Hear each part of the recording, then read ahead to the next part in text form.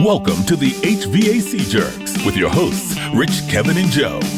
You can email these guys at theboys@thehvacjerks.com.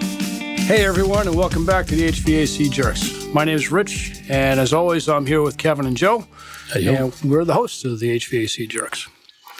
This week we're going to talk about venting gas and oil appliances. Just a minute ago, I dumped a whole big pile of facts and regulations and paperwork on these guys, sort of like Cliff Notes. Usually I type up a few bullet points ahead of time just to keep us on track. But this week I might have gone overboard just to pick. Overboard? You're a crazy person. Dumped 11 pages on them. Way too much stuff. It's almost like you don't have a job. Yeah, and I haven't gone to school in a long time. But looks good though. You did go?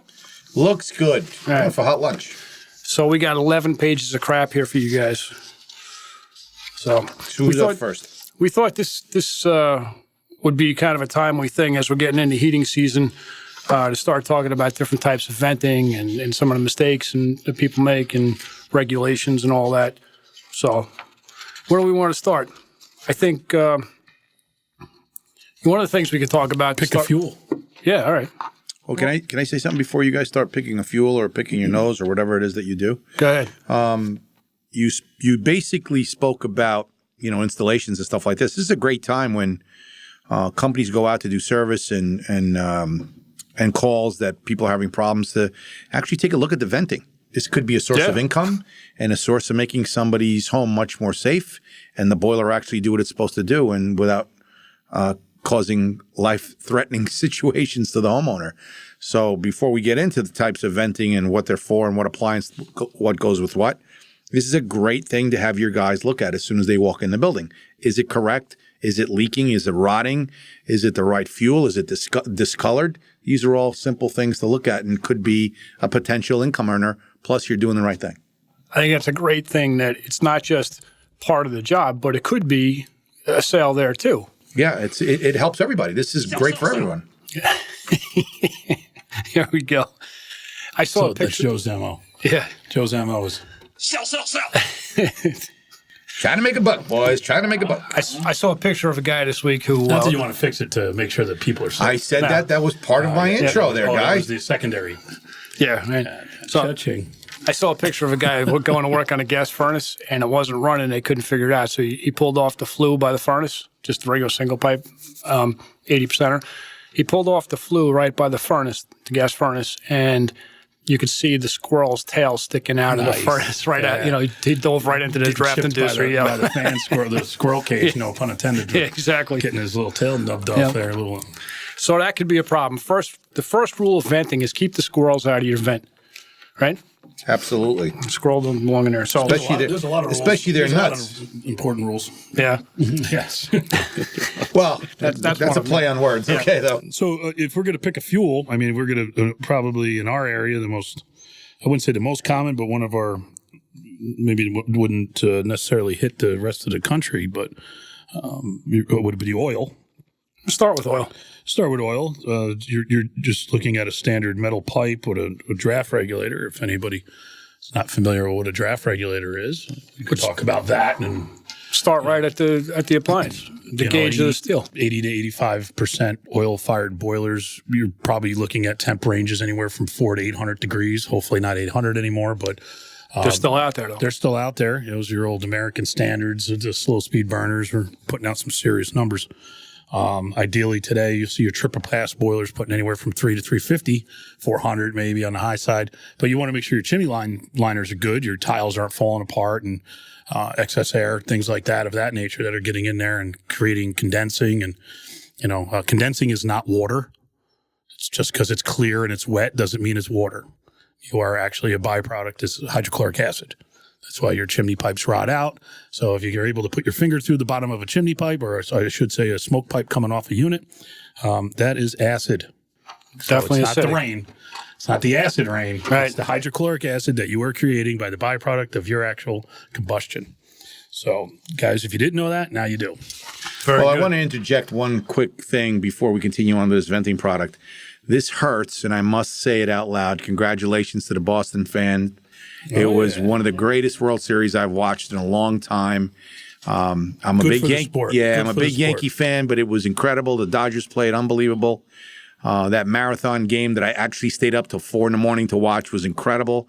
Probably one in a lifetime experience. And kudos to the big I gotta say Red is that Sox up in Boston. They play baseball slower than I drink. Yeah. So I did not make it. I got to the 15th. Yeah, it was a great effort on both sides. In the morning, Kev was no longer Yeah, it functional. was great. Absolutely fantastic World Series, like Kevin said. Absolutely fantastic for the sport. Good for the sport, absolutely. Hey, and for you guys listening to this podcast in the year 2030, look that up in your history book. That's right.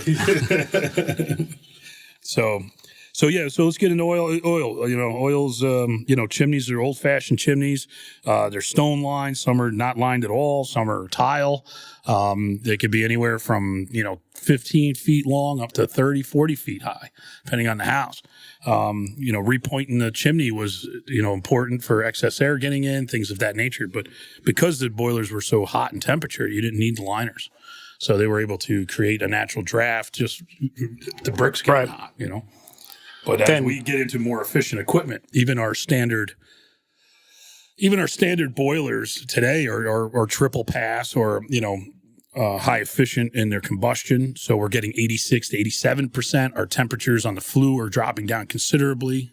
So we do have to make sure that we have some kind of tile liner or even a sleeve, stainless steel, things of that nature. In some cases, insulating them on the inside. Absolutely. Yeah, vermiculite or whatever we need to do to, well, especially now, almost every oil burner out of the box is 85%. So there's going to be a degree of condensation going on anyway. Getting to oil-fired furnaces, that goes by brand, heat exchanger style, things like that would change it. But, you're still putting a Beckett oil burner on there or Carlin or, something of that nature. So, really basic.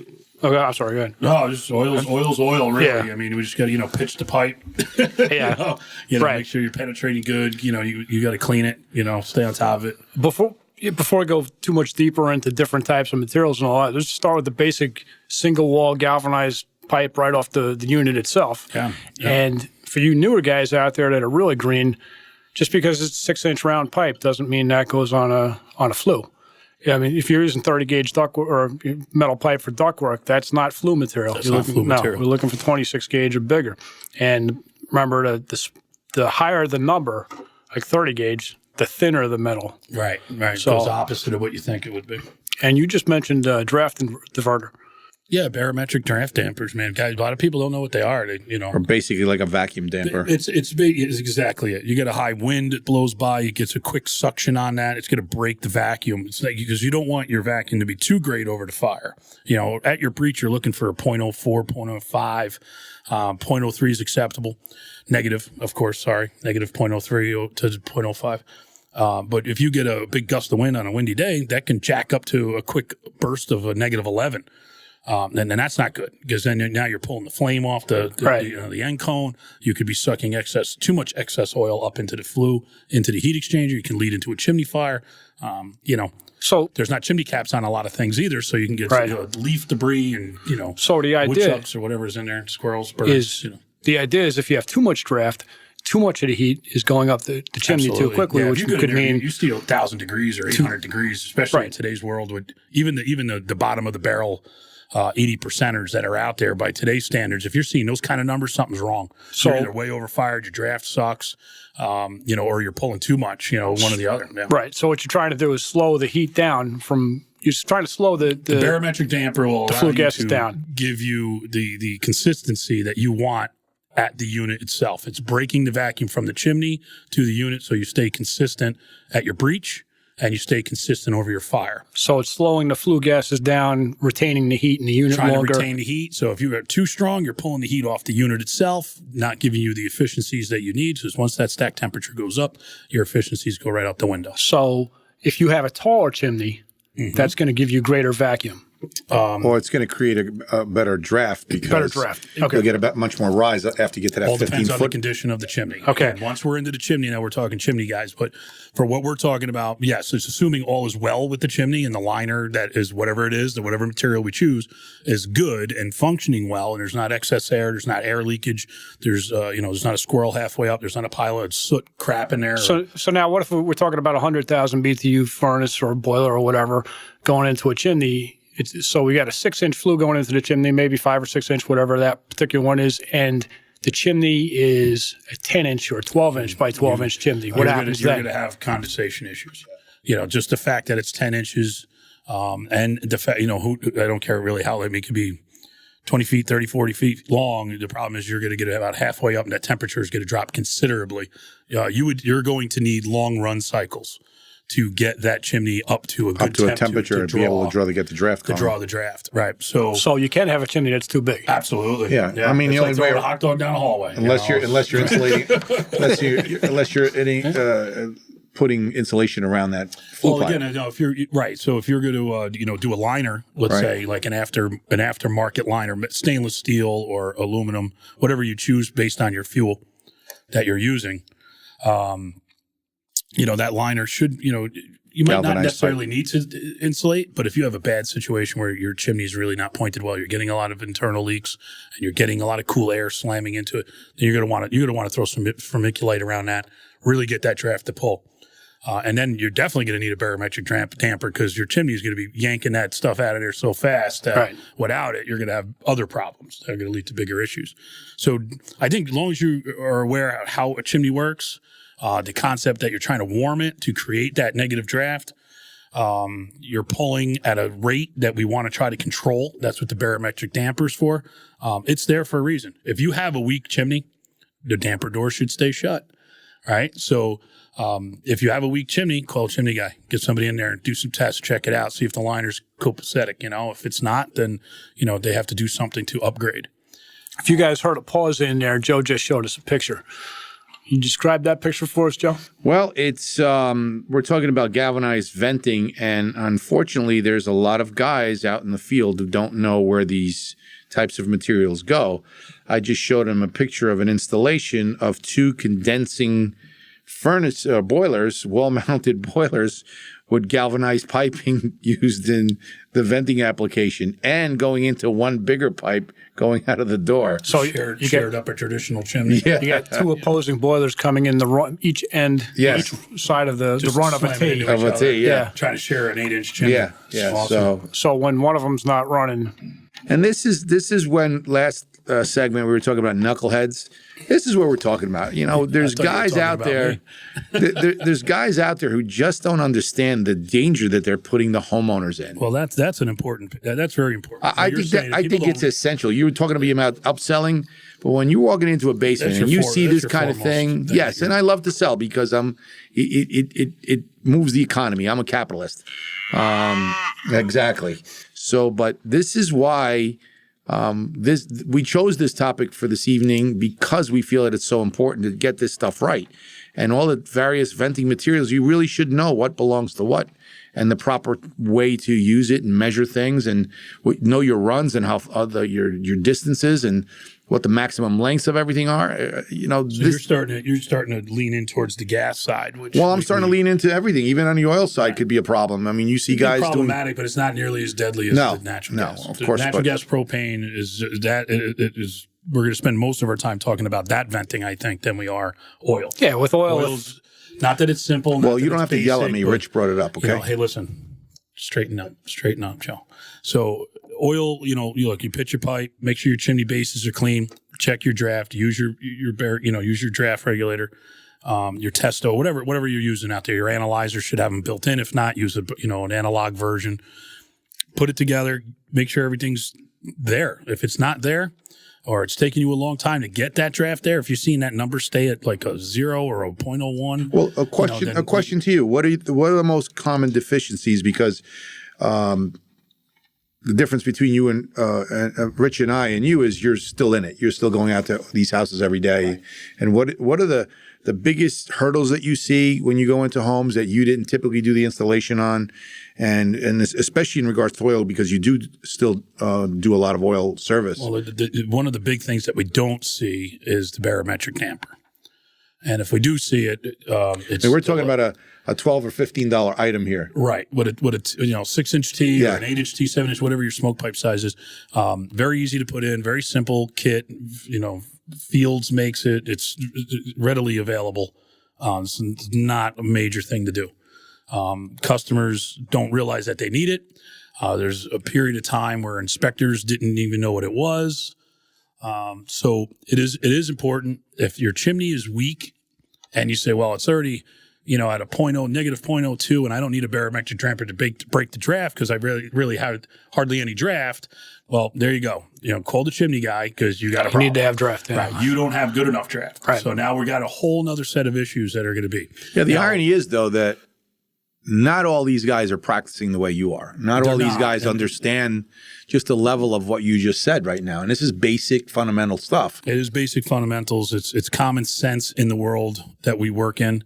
But common sense not so common. The old adages, right? exactly. Or just people don't know. The guys, no one's ever sat somebody down and explained it. That doesn't mean that they're an idiot. Just no, it means they're told go do a nozzle a nozzle filter and strainer and leave. Well, don't look at all this stuff. We're going back to oil company mentality again, and we've talked about this time and time again. And this is a big issue in our area and probably some other areas across the United States. This longitude and north. So I think a lot of guys don't realize that the different types of materials are for very specific situations. Right. So, and with different types of materials, we're talking about starting right from 26 gauge galvanized pipe to B vent to L vent, all fuel, and Z vent, wood stove, PVC, you got the black pipe, the black metal. It's that's a different 24 gauge. Such extreme temperatures off a wood fire, as opposed to a hydronic boiler or a furnace where you're emitting the heat quicker than you would a wood stove. So those are different. That's a different grade in itself. Let's talk about the different materials real quick. So we talked briefly about 26 gauge single wall pipe, but from there, if we're talking about oil, if we're going to stick on that, the other option is you've got all fuel pipe, which is sometimes referred to as triple wall, but it's actually insulated between the metals, right? And absolutely, it's generally stainless steel on the inside. Yeah, stainless steel on the inside, so it handles all fuel. Right. Yeah, the problem is with a lot of guys out there, and the word knucklehead keeps coming up. They'll revert to using something substandard because it costs so much instead of doing the right job. All fuel is definitely expensive. Right. There's no question about it. And I always loved all fuel. It's a great product. But there's so many guys out there that running galvanized on the outside of a building instead of using a stainless steel. All right. So we're talking about all fuel pipe, which is that insulated or sometimes referred to as triple wall that is galvanized if you're meant for running in a chimney, in a chase, basically, or a chimney or whatever. And you're saying the stuff that you run outside that's going to be visible and exposed to the weather should be stainless steel. Of course, it'll last longer. It'll be much more corrosion resistant. This falls back into I think what Rich was saying the other day when we were on a couple podcasts ago. Knowing your cost of materials and how to sell it to a customer. And it's not even selling it to the customer. It's how to explain to the customer that this is the right material for the job. Listen, I think it falls down to being informed, right? How much better service are you giving that customer? And I know that's where you're going with this. Yes and no. But so, yes, if you are an informed advocate, you're there as the worker and you're saying, hey, here's 6 different ways I can do this for you. And all 6 of them are the right way. And here's all the materials. And I'm going to educate you on all your 6 options. And you, the homeowner, not knowing. Or is there a lot of these technicians that just don't know that this product exists or its functions? And they just know, well, they just put a piece of shiny metal pipe there and it vents. Like, I pitched it, right? It's good. Doesn't matter. So is it lack of education or is it the guys not knowing their pricing and not selling it correctly? Or is it the guys getting cheap and just saying, you know what, it's pipe. It doesn't matter. I think it's both. A lot of guys don't know. I've seen oil run through B vent. I think we got a big mix out there. There's guys that, like myself, I took time to read up on these things. Like I said, instead of looking at your, Well, I think it was a Hustler magazine. I think we are going more and more in that direction where guys are taking a little bit more interest. But I think, and again, you got to refer to my salesman that it's always in my forefront. I think this is not only a sale to the customer, but it's a matter of safety. So when that's your most important part. When you're explaining this, it's generally an easy sell. Because it's not a sale. No, but I'm saying it's not an option. Right. It's generally something that this correctly. This is how it is. Exactly. If you don't want to do it the way Joe looks at every conversation. Sale, right. No. Well, look, people get sold on different types of things. Could be equipment, could be issues, could be safety, could be quality, could be a bunch of ideas what makes them sign a dotted line. But nobody ever compromises the safety factor. Nobody ever says, no, I don't want that. That's too safe. You know how this all started? When Joe was a little kid, he had to sell his mom on letting him sleep inside the house. Yes, but the problem with me is when I had my own company, I was the guy who always triple checked everything as far as safety was concerned. Gas, pipe, when we did our own threading and joints and tested every joint, we did all the correct things because it wasn't always about money and it wasn't always about the upsell. I never wanted to get that call. I never wanted to say, Mrs. Jones's house blew up and we need you to get down here. You were the last guy working here. I would assume that no one out there is offering, well, this is the wrong way to do it. And this is the right way. The right way costs more money. No, but going back to your point, it goes to actual guys knowing what this is. Well, I think that's the big problem. That goes back into our education, guys paying attention to what stuff is. So, you as the guy going in and explaining this, whoever you are, if you're the salesman, the business owner, the technician, or whatever your role is, if you're the one talking to the customer, you need to know what your products available to you are in certain situations. Where are you going to find the rules, though? Because the rules are available out there, and you got to know what the rules are in order to get your NFPA, whatever the fire safety code is. Why don't we give them the website so that they can check? What do you think, Rich? Go to it, Joe. You got it? You can find all this stuff out at www.nfpa.org. That's Nancy Frank Peter Alpha.org.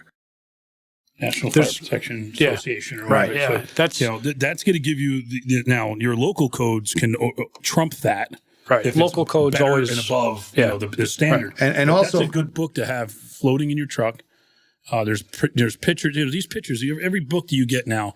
I don't know if you've noticed what every boiler manufacturer, whatever page they put it on, but it's that same picture of a little house that has all the penetrations. It tells you how many. And inches even as corner. manufacturers, they will tell you. Always check with the venting manufacturer to double check everything. Yeah. Don't go by just what we require. If you're going to do something different than what we that's require, your guideline right there. Yeah, That's your check with the venting manufacturer. Point, especially windows and where you're penetrating the home and stuff like that. But in a sense, with oil and traditional chimneys, it's pretty cut and dry. It's not crazy. It's been there a long time. It's your basics when it comes to draft and understanding how it works. Now everything starts to get a little bit more complicated. Now we start getting into B vent. It's interlocking. It's double walled. It's not insulated. It's an air gap. It's one style metal. You can get it with different style metals, internal, external. It's on a power vented, 80% or 84%, natural gas usually. Draft inducer, or your furnaces. Yeah. These are base model furnaces of today's standards. Is that fair to say? Yeah, all this, the regulations for all this stuff, you just mentioned the NFPA.org and all that, but most of these regulations fall under NFPA 54, but there's all kinds of codes under there from 0 up to 219 or whatever it is. So most of this falls under 54, but you can find it all there. Anyway, go ahead. So, just using it like a B vent, getting used to, understanding the difference. B vent's a double wall. Like I said, it's not an insulated, it's an air gap in there. So it's a double wall, but it's used on gas with some kind of inducer, not high efficient. Don't get confused. Just because it has an inducer doesn't mean it's high efficiency. High efficiency is condensing and generates liquids, byproduct. Okay. So, right. And so it's acidic. You can't put that into just galvanized pipe. Right. So, you want to make sure that you can't put PVC on an 80% just because it has a power vent motor on it. It doesn't mean you put ABS on that. I've seen you. You must have seen that in the field. I've seen that in the field plenty of times. It's not pretty, right? You're changing parts out that don't need to be changed because somebody didn't, read the book or didn't know what they were doing. So when it comes to venting, this is like the most important. This is the most important part of your install. Everything else, like the furnace could be crooked. The inducer could come out the wrong side of the unit. You could do a lot of things different, if you will. Yeah. Every pipe could be crooked, Yep. But your venting, this has to be done correctly. When you get into the gas, now that's where we're going to start tapping into, start doing the natural gas and the LP. This is a different animal. People's lives are on the line now. This is a much, much greater threat. We should be clear that not that oil fuel gas won't kill you either, but it'll choke you out of the house before you. It's not going to kill you. There's like a lot gas of telltale signs with oil. Meaning you're going to get that you won't get. You're going to get smells that you've never smelled before. Still carbon monoxide in there, and it can still kill you, but not at the levels that natural gas would produce without a smell. Right. Okay, so that's the difference. Gas will produce dangerous levels, deathly deadly levels of carbon monoxide without even knowing. There's no smell, no odor, nothing. You'll yawn, fall asleep, and not wake up. That won't happen with oil. You'll still get the carbon monoxide. It's just it'll choke you out, and you won't be able to breathe. You'll smell it. You might see physical side effects: black soot on your furnace, black soot snowing outside your window, landing on your car. If you're pulling your driveway and you're getting black soot on your windshield, go home and go in the door. Go find that red switch that no one's ever touched and go flick it off and call somebody because you got a problem. Something's wrong there, yes. But the natural gas and the LP, I can't stress it enough, this is the most important gas because there's no smell. You lose those telltale signs that you would get in oil with the oil. When you look at any of the paperwork for any appliance that we're talking about, they always mention that it's a category 1, 2, 3, or 4. And it's in all the directions, whatever you're putting in. And I think most people don't, they see that, but most people don't realize what that is. Why don't we go over that real quick and identify what the differences are? The 4 categories and just kind of give examples.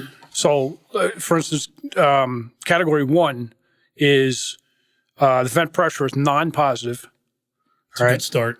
It's non-condensing.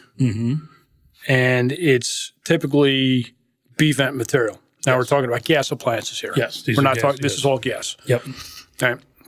So what about category 2? Category 2, you're on a negative draft or non-positive situation, but now we're talking condensing now in category 2, gas appliances. So let's just talk about condensing real quick. Let's talk about the differences in flue temperatures between condensing and non-condensing. It could be anywhere from $200 to 300 degrees difference in temperatures. You're talking dryer vent temperatures of about 100 degrees. On condensing units. So we're talking 100, 110, something like that. You can put your hand on it, you won't burn yourself. 125 or less, on a condensing situation. So you start getting into traditional, you're anywhere around 300. Yeah. So there's a 200 to 300 degree difference at any given moment between a condensing and non-condensing. Okay. If you're running a traditional unit and you're condensing, you got problems. Yeah. Right. So you don't want to condense on a traditional unit. Yep. You'll be there changing everything. This is a very sore subject for me because a lot of the manufacturers out there that are representing condensing furnaces or condensing boilers that are typically much lower gas temperatures, like we're talking about, fuel temperatures, exhaust temperatures, are saying it's okay to vent with PVC. Okay. It is, but if you in the beginning, this was the new thing, right? And we're learning that PVC does not hold up. What they're doing though is they're putting these disclaimers in their manual saying certain things that this is not really a good idea to do it, and the guys are overlooking that. So they're looking at the cost factor of installing a boiler with PVC venting, as opposed to maybe a little bit more expensive material like polypro or stainless steel. So, go ahead. I was going to say this falls under category 4. Right. And when we're talking about stuff like this, because they do, Joe. well, you guys brought up gas and you brought up venting and you brought up materials and 1, 2, 3. Listen, I'm a nonconformist, okay? I'm a nonconformist. I go with. Does the 4 come before the 3? Did you notice I was quiet for a while because you guys were putting me to sleep? So I'm alive now. 43. Okay, whatever. I'm trying to find Whenever he says something about he's got a sore subject, I keep wondering, is this where we're going to find out why he's trying to keep his identity down? No.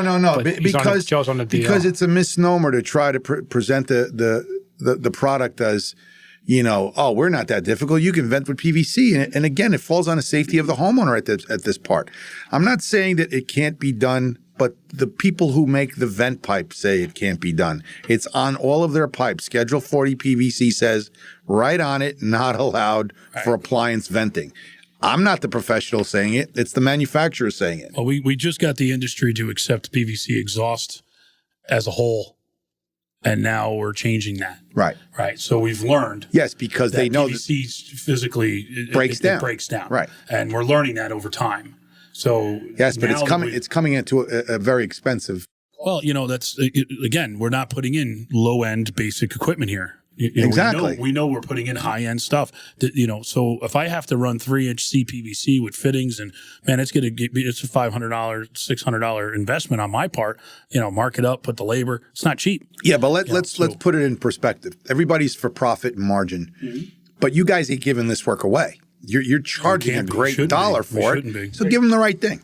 I want to home and stop sleep. you and I want to go back to the graph for a second. Go back to your graph. My chart. Go on, Professor. Come on, I'm a chart guy. He's charting it, So, and you're just come on, I waiting. put these 11 pages out there. I want to stick to the 11 pages. But today I'm kind of being. I We're noticed on on page our 3, last. you're on page 11. I noticed on our last podcast I was doing all the talking. Today I'm listening to Professor over here and the Graph Meister over there. So go ahead back to your graph. I apologize for going All right, off just course. because of that, I want to make you read category 3 so you can. That way we can know that you're not going to jump Well, ahead the one here. good thing So- about category 3 is that I left my reading glasses home, so I don't have to read anything. Okay. All right, hold on. I'm just kidding. You going to do this? Or Yeah, category 3 is positive pressure. Yeah. It's non-condensing, Yeah. and it's typically stainless steel. All right, There you so go. what Is that kind okay? of material do we have that's stainless steel? That's Z-vent most of the time. Yes. That's expensive Again, stuff. very It's expensive. tough to work with. It's a pain in the ass, Yep. but that's for condensing. Non-condensing. Or I'm sorry, non-condensing. Non-condensing. Yep. But it's through wall, short. Yep. So you shouldn't have to buy a lot of material to do it, but Right. it is all stainless steel. Yep. Why is it all stainless steel? Well, Because it does condense. Yeah. You got byproduct Right. of hydrochloric acid. I didn't know you were asking me. Okay. No, but you actually That's usually mid-efficiency stuff, mid to upper, right? High 80s. it depends. No, but even there's some manufacturers out there who will tell you can vent with 316L stainless Okay. steel on high efficiency stuff. Okay. Even manufacturers like mine. Yeah. That's one of our That's why we approved say read listed- the instructions. Right.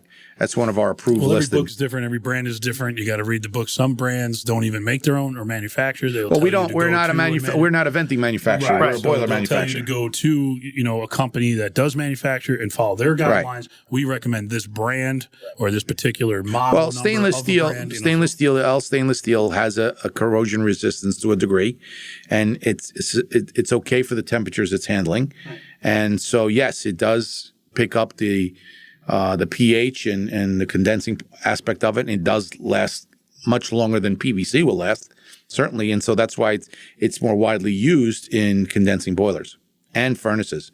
It's just sometimes not the choice of the contractor because, like you guys pointed out, it's much really- more difficult to work with and much more expensive. $40 an elbow or a little more or whatever it is. But But there's pipe out there and material out there that does run cheaper that can be used in the right application.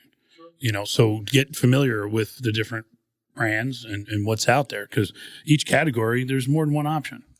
So pay attention to what's out there. most of the controversy comes in category 4, though, when we start talking about plastic. And we've been talking about PVC here and CPVC a little bit. And for years, probably the last, 15 years, everybody's been using PVC on 90% and plus furnaces. Right. Well, no one knew that there was a problem. And when it was never actually approved as a then venting after 10 material. years, you realize, wow, my PVC pipe's discolored. Oh, and Now- people are dying, by the way. Just so you Right. know, there's I hope not. no, they are. Okay, Yeah. well, that's not good. So, so guys, if you're out there, some manufacturers are saying that the first 10 feet, first 5 feet need to be CPVC, and then you could go to PVC. That's the hottest point, and that's usually where your breakdowns take place. Yeah, but unfortunately, after the first or second year, as that heat exchanger starts to work and get clogged and everything else, the temperatures start to rise. Yeah. Correct. So that stack temperature starts to go up. Interesting, especially when it's not maintained. Correct. And so now you're talking about a pipe that's rated for under 150 degrees. All of a sudden now you're getting more than 150 degree temperatures, and then you start seeing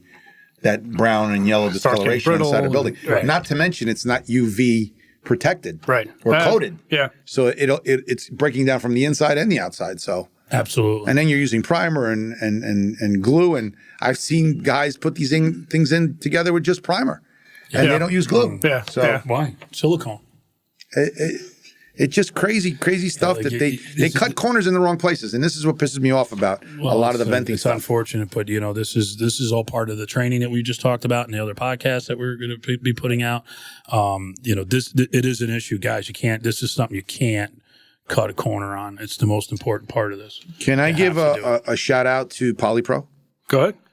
Because this is another condensing product. But this is what's replacing PVC. Correct. And Where this is- now and- everybody approves But this. here's a problem that a lot of guys faced in the past where length and runs were an issue. So mostly when a manufacturer gives a venting guideline is generally equivalent length. That's exhaust fumes, exhaust gases, and intake air. We can't go over certain specifications without going up or going certain lengths without going up in pipe size. When you're talking about equivalent length, we're talking about measuring the length of the horizontal or vertical run of the pipe. The total overall length of the pipe. We're also talking about equivalent length of elbows and fittings. Well, here's 45s and 90s. Well, here's where I'm an advocate of Polypro.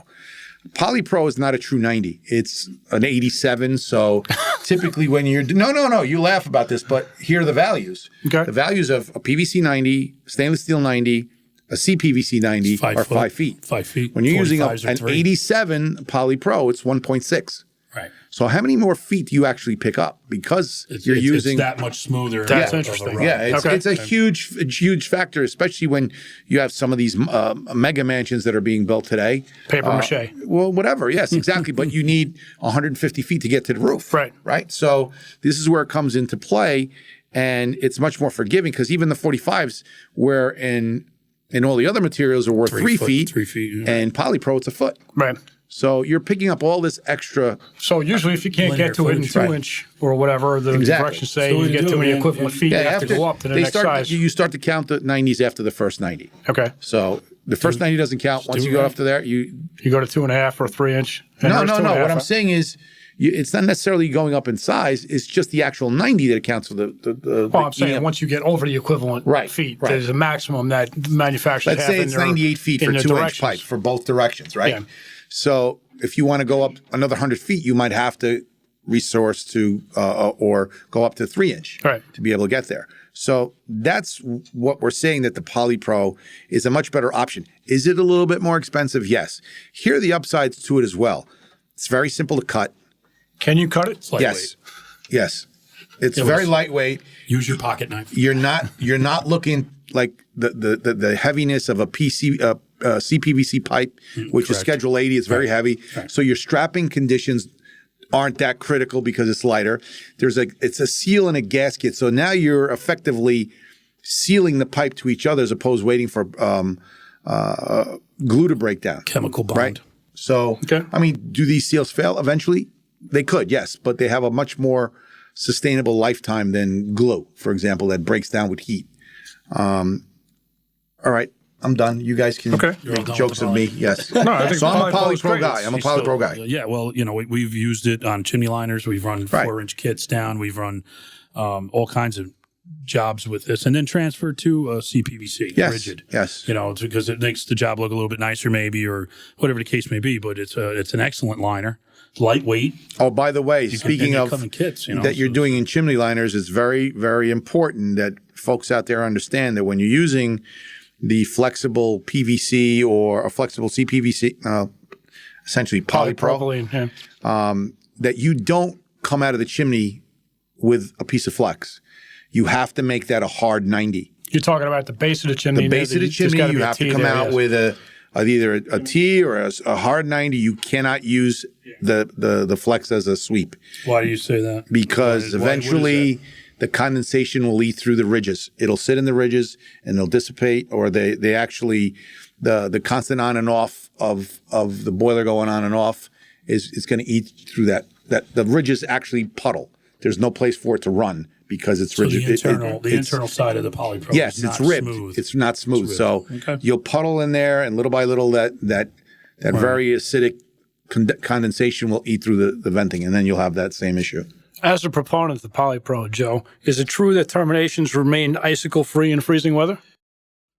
Some of them can, depending on how much you vent out. Typically, most manufacturers will tell you that they don't want to see anything more than 3 feet outside of the house unless you are going to insulate that pipe, because that condensation will freeze. About past the penetration of the home, 3 Correct. foot of material. Correct. And also, if there's caps or screens or something like that, that's generally where you get your icicles, and you'll start creating a blockage towards the boiler. You ever see the guys that put the stuff out through the wall and they leave 3 feet sticking out of the brick, like it sticks out 3 feet and past also, the brick, a foot off the ground. I touched on Polypro before. I touched on the deck.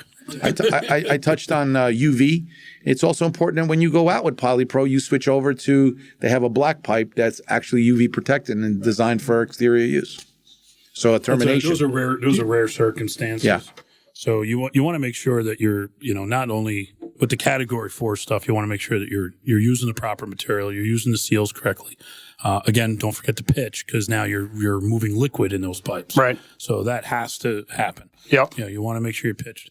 And look at the instructions on that, because pitch is important. It's important stuff, because you could do damage to the equipment, you could do damage to the vent pipe, and ultimately this could lead back to, even though you might use the right equipment, you maybe didn't install it correctly, and you're still putting your customer at jeopardy. One of the things I want to point out that you guys might not be aware of, because I don't think they do this in our area, but some other municipalities require that you put yellow stickers on the outside of the house above the intake and exhaust, labeling what they are and that they have to stay clear. And that will not pass inspection without those stickers. Well, you could do that and then take You them mean right if off they're- after the inspector leaves, because I'm not leaving stupid yellow stickers. Do you mean around. in an application where the two pipes are sitting next to each other? I'm talking any direct vent application. But are you Talking about saying? like in Massachusetts or something? But Yeah, they bust balls up there. are you saying that pain in the ass. only this happens where the pipes are together? Doesn't matter. Huh? It doesn't matter. Yeah, it doesn't Whatever's matter. a vent, whatever's an intake, they want it labeled. Yeah, they want Well, to again, that falls down to Yeah. the municipality. And code. yeah, every municipality is going to be That different. might be a And state. Is that a state code? Their state code up there, aren't they? I'm not sure. It might be.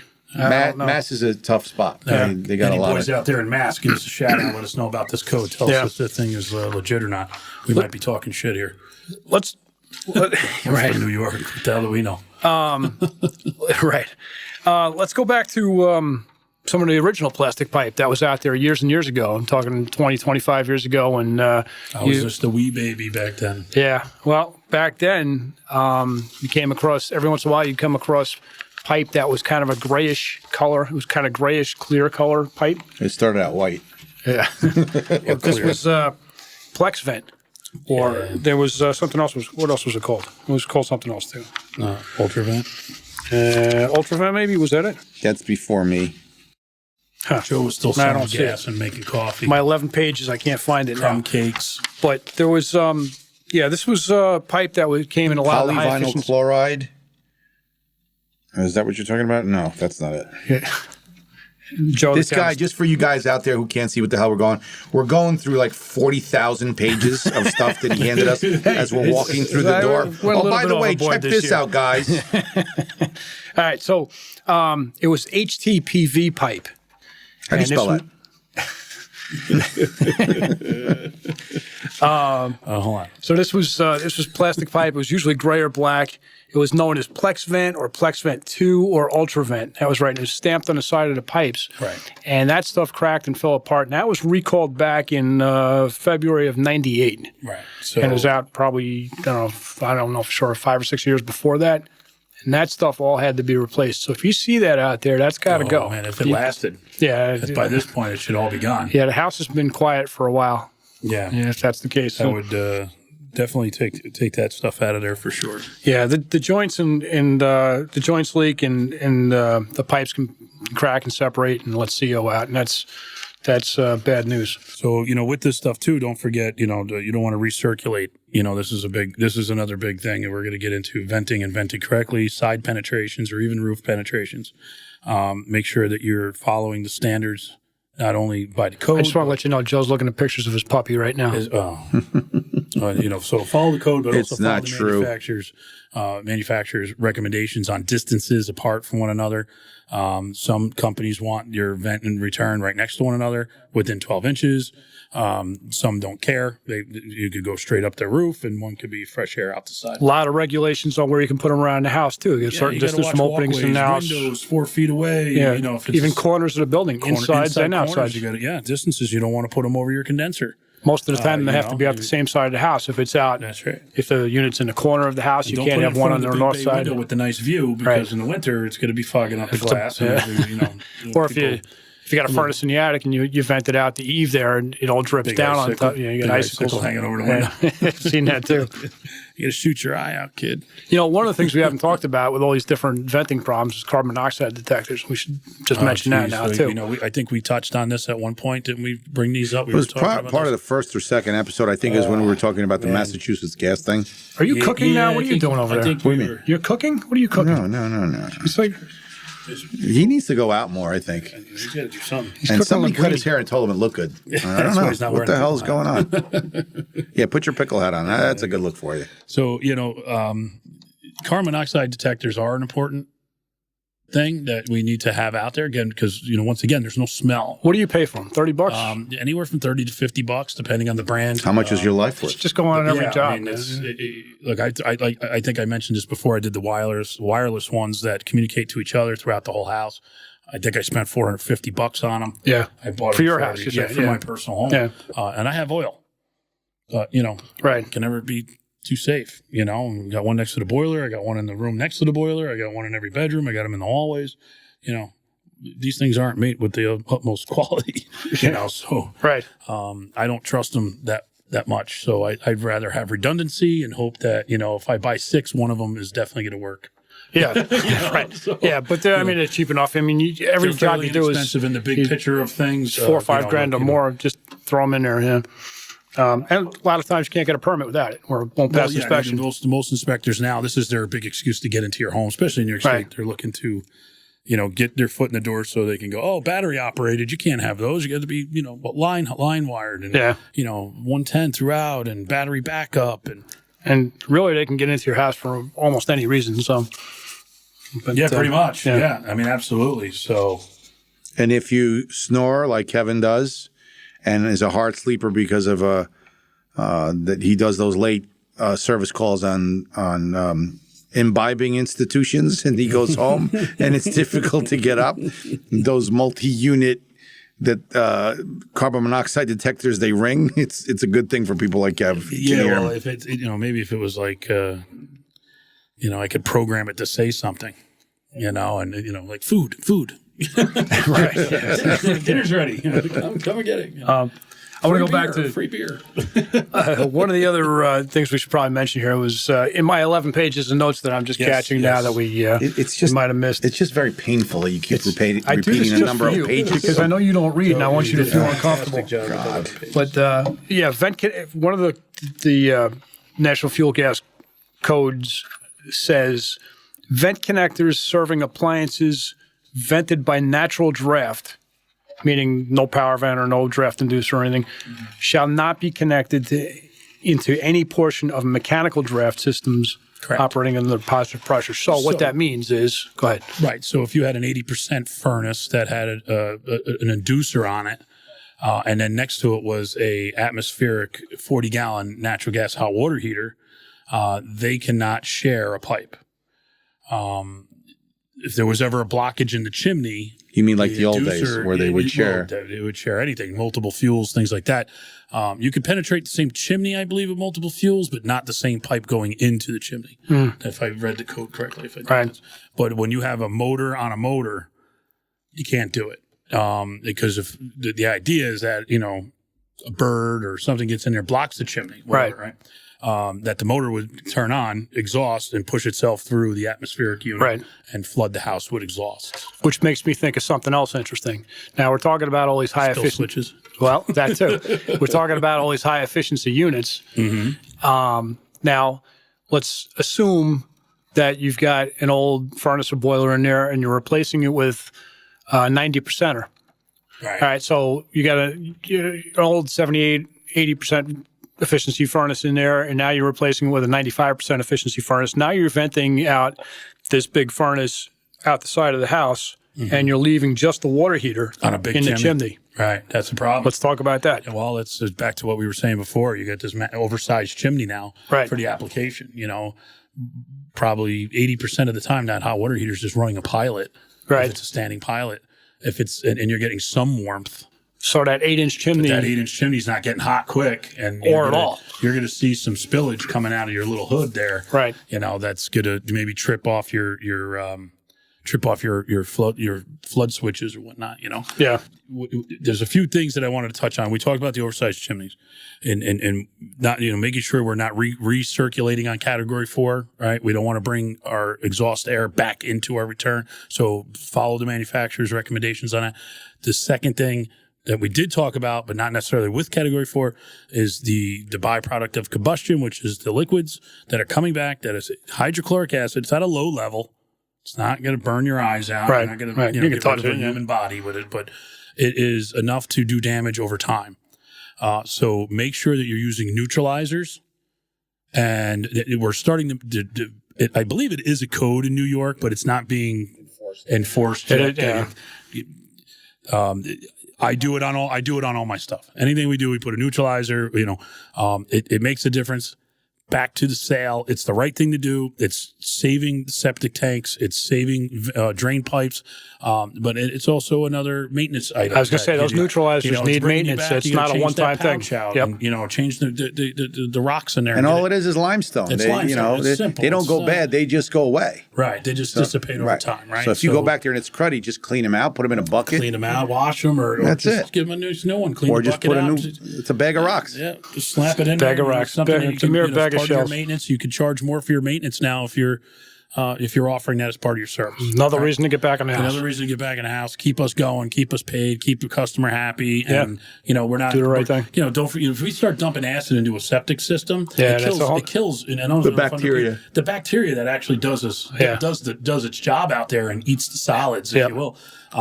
They get killed. Yep. So now you're going to start. Now your new furnace is ruining your furnace. Every 2 years, I gotta have my septic pumped out. Right. It's good for the septic guy. Well, the septic guy's loving you, but geez, is that your brother-in-law? The septic guy. So these are side effects to that. It will destroy old concrete pipe, steel pipe. So it'll eat through cast iron like crazy. Cast iron like there's nobody's business, especially if it's already 50 years old, and then now you start running this stuff down it for a year, you're gonna have problems. So make sure you're doing your drainage correctly. Make sure you're venting correctly. Your distances. Follow the codes, guys. If you don't know the differences between your pipes, find out. All right, get the book. Go to the NFPA.org. Get that information and do the right thing. Be the better you. Always. All right, and that's it. If you can believe it, we killed not only another 30 minutes, but we're probably closer to 50 minutes at this point. So we went crazy there. So come on, Jeez Louise. Anyway, you can't get that time back, but we hope you enjoyed yourself, and we hope you'll come back every week. And we joke a lot, guys, but this is a really serious topic. This is people's lives on the line. Make sure you do the right thing. If not for the money, for your own conscience. Always sell up, but sell safety. That's the big thing. Nobody ever says no to safety. So, all right. Well, with that, we hope you'll come back each week and join us at the HVAC Jerks here. Don't forget to give us a 5-star review if you like what you heard. Hopefully you learned something. And send your questions and comments to the boys at the HVACJerks.com. Keep it coming on Instagram. Stay safe. You guys are jerks.